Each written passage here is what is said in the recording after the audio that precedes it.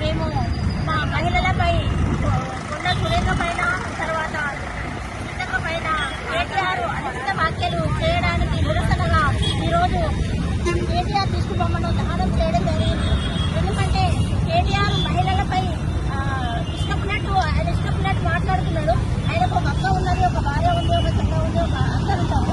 అట్లాంటి వాళ్ళు ఈ రోజు ఇలా మహిళలపై ఇట్లా మాట్లాడము కరెక్ట్ కాదని మా మహిళా కాంగ్రెస్ తరఫున, మా మహిళలందరి తరఫున, మండల అధ్యక్షులు, జిల్లా కమిటీ మెంబర్స్ అందరి తరఫున మేము ఇవాళ వారికి దిష్టిబొమ్మ తగలబెట్టడం జరిగింది.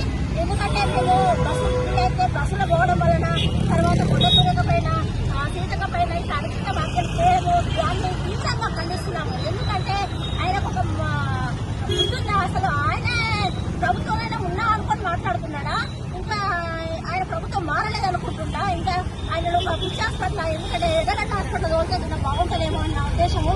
ఎందుకంటే మరి ఇట్లాంటి మాటలు మాట్లాడడం ఇది కరెక్ట్ కాదు.